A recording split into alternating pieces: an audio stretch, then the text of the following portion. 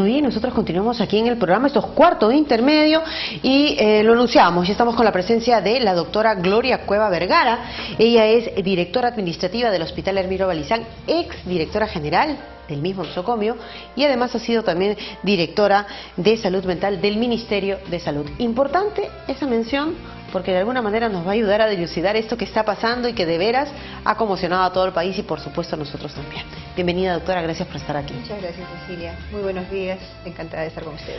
Bueno, doctora, digamos la pregunta de cajón es lo que queremos empezar a entender con respecto a estas actitudes que han tenido estos jóvenes, adolescentes, ese perfil que está mostrando, sobre todo en este caso Marcos Arena, ¿no? Este jovencito de 22 años. Cierto, lamentable que al parecer este joven muestra rasgos de personalidad psicopática, ¿no? Se ve mucha frialdad en las entrevistas, sí, mucha frialdad en el relato, ¿no? Y lo más lamentable que se ha dicho últimamente que después de los exámenes forenses, la madre al parecer fue quemada viva. Sí, pues. Lo cual habla de un grado de crueldad indescriptible, ¿no? Lógico, ¿no? Y además, cuando ellos han sido consultados en su momento respecto a cómo empezó su relación, qué es lo que hacían normalmente ellos como pareja, ¿no? Como enamorados, digamos, decían que bueno, que se divertían mucho asesinando animalitos, sí, ¿no? Por ahí con perdigones asesinando a las palomas. Terrible. Entonces, eso ya nos muestra, sí, ¿no? Son indicadores de psicopatía. Claro, ¿no? Indicadores. De repente, en casa nos parece gracioso por ahí empezar a ver, sí, mi hijo, mi primo, mi sobrino, mi vecino, ¿no? Empieza a hacer esto, y esto es muy común cuando estamos en reunión o cuando se encuentran en reunión de jóvenes, ¿no?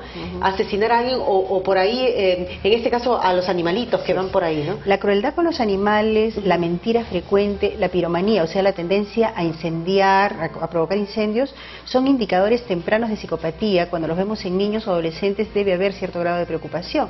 Pero además, este tipo de indicadores se asocian muchas veces a problemas de conducta en la infancia o en la adolescencia, ¿no? Ya son chicos que tienen un ausentismo escolar evidente, empiezan a consumir alcohol y drogas tempranamente, ¿no? O tienen sexo fácil de manera muy temprana. Entonces son indicadores de que nos deben llevar a preocuparnos un poquito y decir qué está pasando con mi hijo, mi hija, o mi pariente, o mi amigo, o mi vecino.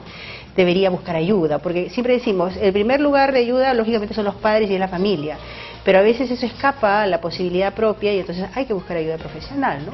Psicólogos, psiquiatras, si fuera necesario. Ahora, para entendernos mejor y poder entender este caso, en este caso la psicopatía o el perfil psicológico de cada una de las personas también se va de alguna manera formando dentro de las familias, ¿no?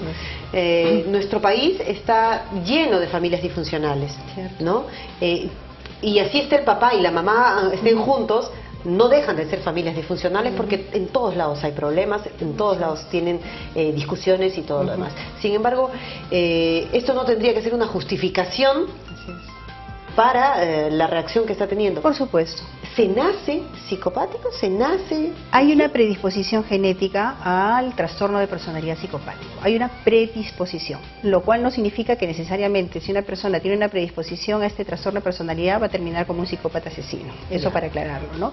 El ambiente, los patrones de crianza tienen mucho que ver en que este trastorno de personalidad se consolide.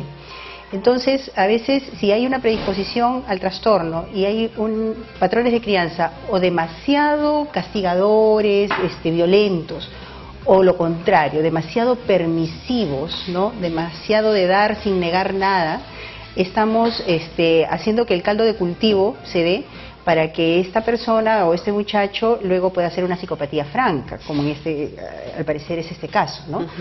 Entonces tenemos que tener cuidado con los patrones de crianza. Como tú bien dijiste hace un momento, el hecho de que en las familias en general pueda haber alguna situación de sobreprotección o de que de repente he ejercido violencia sobre mis hijos, no significa que van a terminar siendo matricidas ni parricidas. O sea, tampoco queremos alarmar a la población, ¿no es cierto? O sea, felizmente, la mayoría de personas, a pesar de sus dificultades en la crianza y en la niñez, terminan tratando de llevar una vida lo más normal posible y no volviéndose asesinos múltiples ni parricidas, ¿no? O matricidas. Pero en algunos casos, esa disfunción familiar, ese mal patrón de crianza puede llevarlos a desembocar en situaciones extremas como esta. Por eso, no está de más recomendar que nos demos el tiempo para comunicarnos con hijos e hijas, más aún en esta época de la tecnología tan grande, que el internet llega a todos los hogares, o vas a la cabina de la esquina y encuentras un montón de cosas, y hay de todo. Hay cosas positivas como hay cosas muy negativas. Los niños, las niñas, los hijos, los jóvenes, sin ningún control parental, sin una conversación previa de qué está explorando mi hijo o mi hija cuando está solo o sola, cuando está frente a una máquina de estas, hace que estén totalmente expuestos a las mismas situaciones y estén, sabe Dios, incorporando en su mente qué barbaridades. Este chico, por ejemplo, exploró en internet cómo asesinar y no dejar huellas, ¿verdad? Esas cosas suceden. Entonces nosotros tenemos como padres o madres, como cuidadores, como familiares, estar muy atentos, ¿no? Está bien, los chicos no les vamos a negar que exploren en internet, es además una herramienta de estudio inclusive, pero sí estar atentos, ¿no? ¿En qué está mi hijo o mi hija?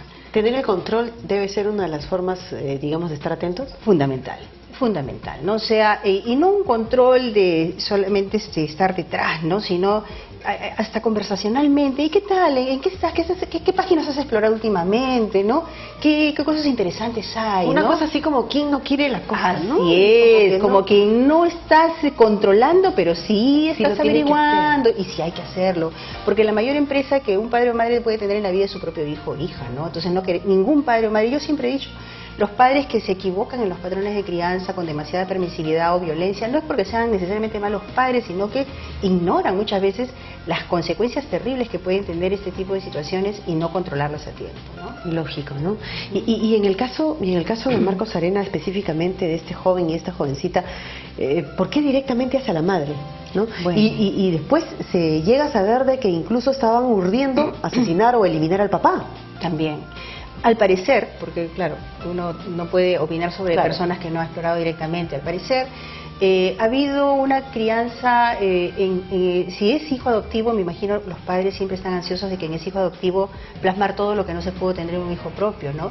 Y en ese afán de querer, de cuidar y de brindarle lo mejor, de repente ha sido muy consentido y no ha aprendido este muchacho a aceptar un no como respuesta. Y cuando últimamente él ya empezó con sus rasgos psicopáticos a sustraer dinero y lo empezaron a increpar, se enardeció a tal punto que lo único que se le ocurrió fue desaparecer primero a la madre, que al parecer era, ella hablan de la empresaria, o sea, de repente ella era la que, digamos, comandaba el negocio y económicamente, ¿no? Al parecer. Entonces, bueno, ella es la del dinero, entonces contra ella hay que ir para lograr el dinero y que ya no me estén increpando nada, ¿no? Pero luego había pues el otro aspecto, ¿no? También acabar con el padre para quedarme con todo, ¿no?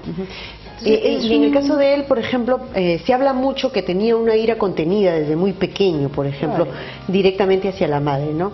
El control de la ira, en este caso, sería lo más adecuado, ¿no? Porque claro.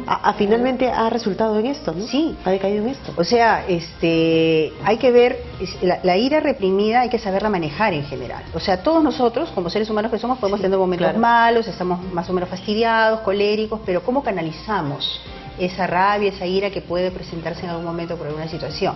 Bueno, para eso hay desde los ejercicios respiratorios, el control del pensamiento, ¿no?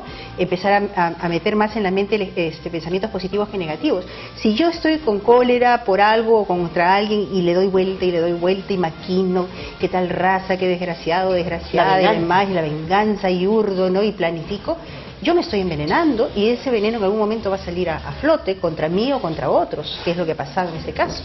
Pero si yo digo, bueno, ya, estoy molesto con mi mamá, con mi papá, por tal o cual, entonces yo voy a tratar de ver, o hablo con ellos, o por último veo una forma de salirme de mi casa, pues, y hacer mi vida por otro lado y no tener nada que ver. O sea, hay formas, y es lo que mucha gente hace, y por eso no terminan como parricidas ni matricidas, ¿no? Simplemente se van de su casa, se alejan, ven alternativas, o hablan con sus padres y le dicen no me gusta esto, ¿cómo podemos hacer para resolver? Busco una terapia de familia, en fin. Hay muchas formas de resolver la vida sin matar a nadie. Claro. ¿Verdad? Y eso creo que es importante que la población lo sepa, ¿no? Porque a veces uno se envenena, la ira envenena ante todo al que lo experimenta, ¿no? Y después, lógicamente, daña a mucha gente. A los que están alrededor, así ¿no es cierto? Así claro, importante esto que nos dice, porque sobre todo es un mensaje que va directamente hacia nosotros como padres, porque va a depender mucho de nosotros de cuánto controlemos nuestra ira y de cómo enseñemos a controlar la ira a nuestros hijos, de repente por ahí con el ejemplo, ¿no? En algún momento de la vida siempre explotamos, ¿no? Y por ahí podemos de repente gritar, alzar la voz o qué sé yo, pero de ahí a hacer otras cosas ya... A causar daño mayor, A causar daño. porque además en algún momento yo puedo discutir con mi hija o con mi hijo por X causas, pero en otros momentos también lo puedo abrazar y decir, hijito, hijita, tú sabes que yo te quiero, ¿no? Lo que pasa es que a veces me molesto, pues a veces hay cosas que no me gustan o te quiero corregir. Entonces el hijo o la hija va a saber que sí lo amas, que sí lo quieres y que la corrección va en favor de ese cariño y que tú quieres algo bueno para él o para ella. Pero si tú te quedas callado y solamente le hablas de la parte negativa y nunca le reconoces lo bueno o nunca le expresas afecto abierto, va a creer que todo es odio hacia él y todo es solamente llamarle la atención. Y también tenemos que ser cuidadosos con eso, ¿no? O sea, llamar la atención, corregir y educar, sí, pero también acariñar, abrazar, expresar. A la par. A la par. ¿No es cierto? Para que no suene como a castigo, como Así a que es. no te quiero, Así ¿no? Vamos a hacer una pequeña pausa, doctora. Luego de la misma vamos a hablar un poco acerca de cómo darme cuenta si efectivamente estoy teniendo a mi hijo con esa predisposición de ese perfil psicopático. ¿Puedo o no darme cuenta de ello? Pausa y retornamos.